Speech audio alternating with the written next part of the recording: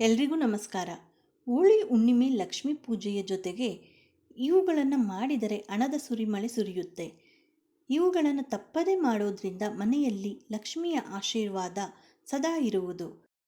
ಫಾಲ್ಗುಣ ಮಾಸದ ಪೂರ್ಣಿಮೆಯು ಹೋಳಿ ಹಬ್ಬದೊಂದಿಗೆ ಸಂಬಂಧವನ್ನು ಹೊಂದಿರುವುದರಿಂದ ಇದನ್ನು ಹೋಳಿ ಹುಣ್ಣಿಮೆ ಎಂದು ಕರೆಯಲಾಗುವುದು.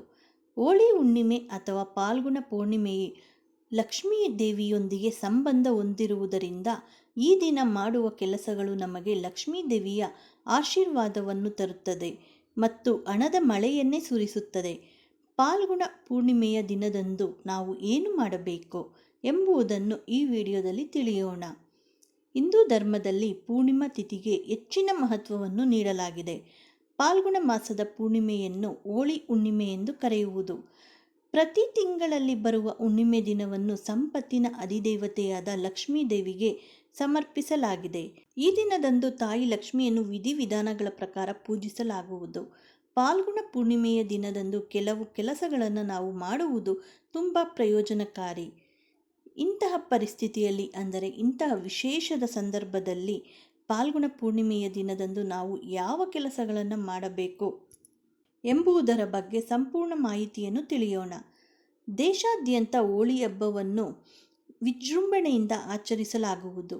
ಹಿಂದೂ ಪಂಚಾಂಗದ ಪ್ರಕಾರ ಪ್ರತಿ ವರ್ಷ ಫಾಲ್ಗುಣ ಮಾಸದ ಶುಕ್ಲ ಪಕ್ಷದ ಹುಣ್ಣಿಮೆಯ ದಿನದಂದು ಹೋಲಿಕಾ ದಹನ ಮಾಡಲಾಗುತ್ತದೆ.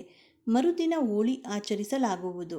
ಹೋಳಿ ದಿನದಂದು ಜನರು ಪರಸ್ಪರ ಬಣ್ಣಗಳನ್ನು ಹಚ್ಚುತ್ತಾರೆ ಮತ್ತು ಹಬ್ಬಕ್ಕೆ ಪರಸ್ಪರ ಶುಭಾಶಯಗಳನ್ನು ಕೋರಿಕೊಳ್ಳುತ್ತಾರೆ. 2025ರ ಹೋಳಿ ಹಬ್ಬದ ದಿನಾಂಕ ಮತ್ತು ಶುಭ ಸಮಯ ಹೀಗಿದೆ. ಫಾಲ್ಗುಣ ಮಾಸದ ಹುಣ್ಣಿಮೆ ಮಾರ್ಚ್ 13ರಂದು ಬೆಳಿಗ್ಗೆ 10:35ಕ್ಕೆ ಪ್ರಾರಂಭವಾಗಿ ಮಾರ್ಚ್ 14ರಂದು ಮಧ್ಯಾಹ್ನ 12:23ಕ್ಕೆ ಮುಕ್ತಾಯವಾಗುವುದು. ಉದಯ ತಿಥಿ ಪ್ರಕಾರ ಮಾರ್ಚ್ 14ರಂದು ಹೋಳಿ ಆಚರಿಸಲಾಗುವುದು. ಹೋಲಿಕಾ ದಹನಕ್ಕೆ ಮಾರ್ಚ್ 13ರ ರಾತ್ರಿ 11:26ರಿಂದ 12:30ರವರೆಗೆ ಶುಭ ಸಮಯವಿದೆ.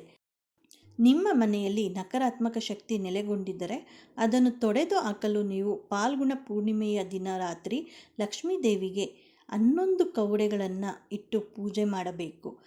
ಅದರ ನಂತರ ಆ ಕವಡೆಗಳನ್ನು ನಿಮ್ಮ ಮನೆಯ ಮುಖ್ಯ ಬಾಗಿಲಿನ ಮೇಲೆ ಇಡಬೇಕು.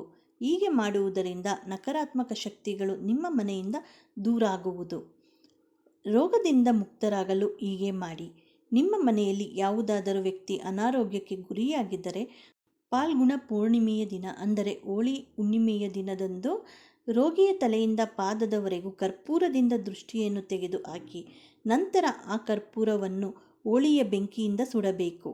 ನೀವು ಈ ರೀತಿ ಮಾಡುವುದರಿಂದ ನೀವು ಎಲ್ಲ ರೀತಿಯ ಆರೋಗ್ಯದ ಸಮಸ್ಯೆಗಳಿಂದ ಮುಕ್ತರಾಗುವಿರಿ. ಉದ್ಯೋಗದಲ್ಲಿ ಪ್ರಗತಿ ಸಾಧಿಸಲು ಹೀಗೆ ಮಾಡಿ. ಇನ್ನು ಉದ್ಯೋಗದಲ್ಲಿ ಬಡ್ತಿ ಪಡೆಯಲು ಅಥವಾ ಪ್ರಗತಿಯನ್ನು ಸಾಧಿಸುವುದಕ್ಕಾಗಿ ಫಾಲ್ಗುಣ ಪೂರ್ಣಿಮೆಯ ದಿನ, ಅಂದರೆ ಹೋಳಿ ಹುಣ್ಣಿಮೆಯ ದಿನದಂದು ಅರಳಿ ಮರಕ್ಕೆ ಸಿಹಿ ಮತ್ತು ನೀರನ್ನು ಅರ್ಪಿಸಿ. ಹೀಗೆ ಮಾಡುವುದರಿಂದ ವ್ಯಾಪಾರದಲ್ಲಿ ಲಾಭ ಮತ್ತು ಉದ್ಯೋಗದಲ್ಲಿ ಬಡ್ತಿ ಹೊಂದುವಿರಿ. ನಿಮ್ಮ ವಿವಾಹವು ತಡವಾಗುತ್ತಿದ್ದರೆ ಅಥವಾ ವಿವಾಹ ಕಾರ್ಯದಲ್ಲಿ ಪದೇ ಪದೇ ಸಮಸ್ಯೆಗಳು ಸೃಷ್ಟಿಯಾಗುತ್ತಿದ್ದರೆ ಫಾಲ್ಗುಣ ಪೂರ್ಣಿಮೆಯ ದಿನದಂದು, ಅಂದರೆ ಹೋಳಿ ಹುಣ್ಣಿಮೆಯ ದಿನದಂದು ಲಕ್ಷ್ಮೀ ದೇವಿಗೆ 7 ಗುಲಾಬಿಗಳನ್ನು ಅರ್ಪಿಸಿ ಮತ್ತು ಲಕ್ಷ್ಮೀ ಮಂತ್ರಗಳನ್ನು ಪಠಿಸಿ.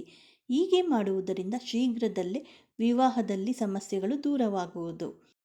ಯಾವ ವ್ಯಕ್ತಿಯು ತನ್ನ ಜೀವನದಲ್ಲಿ ಅನಾರೋಗ್ಯದಿಂದ ನಿರಂತರವಾಗಿ ಹಣವನ್ನು ಕಳೆದುಕೊಳ್ಳುತ್ತಿದ್ದರೆ ಅವನು ಹೋಳಿ ದಿನದಂದು ತಾಯಿ ಲಕ್ಷ್ಮೀ ದೇವಿಯನ್ನು ಸರಿಯಾಗಿ ಪೂಜಿಸಬೇಕು ಅಥವಾ ದೇವಸ್ಥಾನಕ್ಕೆ ಹೋಗಬೇಕು. ಶ್ರೀಮಾತಾ ಲಕ್ಷ್ಮೀ ದೇವಿಯ ಸಹಸ್ರನಾಮವನ್ನು ಜಪಿಸಬೇಕು.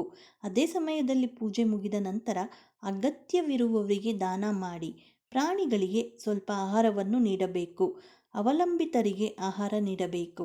ಇದನ್ನು ಮಾಡುವುದರಿಂದ ಲಕ್ಷ್ಮೀ ದೇವಿಯು ಸಂತಸಗೊಂಡು ಆ ವ್ಯಕ್ತಿಯು ಕ್ರಮೇಣ ಆರೋಗ್ಯವಂತನಾಗುತ್ತಾನೆ ಮತ್ತು ಸಂತೋಷ ಮತ್ತು ಸಮೃದ್ಧಿಯನ್ನು ಪಡೆಯುತ್ತಾನೆ ಎನ್ನುವ ನಂಬಿಕೆ ಇದೆ.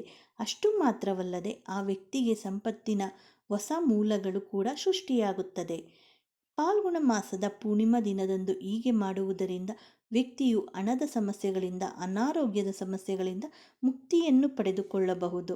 ನೀವು ಲಕ್ಷ್ಮೀ ದೇವಿಯ ಆಶೀರ್ವಾದವನ್ನು ಪಡೆದುಕೊಳ್ಳಲು ಬಯಸಿದರೆ ಫಾಲ್ಗುಣ ಮಾಸದ ಪೂರ್ಣಿಮೆ ದಿನದಂದು ಈ ಕೆಲಸಗಳನ್ನು ಮಾಡಬೇಕು. ಅಂದರೆ ಈ ಕ್ರಮಗಳನ್ನು ನೀವು ಕೇವಲ ಹೋಳಿ ಹಬ್ಬದ ದಿನದಂದು ಮಾತ್ರ ಮಾಡಬೇಕು. ಈ ಮಾಹಿತಿ ಏನಾದರೂ ನಿಮಗೆ ಉಪಯುಕ್ತವಾದರೆ ಲೈಕ್ ಮಾಡಿ, ಹಾಗೆ ಎಲ್ಲರಿಗೂ ಶೇರ್ ಮಾಡಿ. ಮತ್ತಷ್ಟು ವಿಡಿಯೋಗಳಿಗೆ ನಮ್ಮ ಚಾನಲನ್ನು ಸಬ್ಸ್ಕ್ರೈಬ್ ಮಾಡಿಕೊಳ್ಳಿ. ಮತ್ತೆ ಸಿಗೋಣ ಇನ್ನೊಂದು ವಿಡಿಯೋದೊಂದಿಗೆ. ಎಲ್ಲರಿಗೂ ಧನ್ಯವಾದಗಳು. Thank you for watching.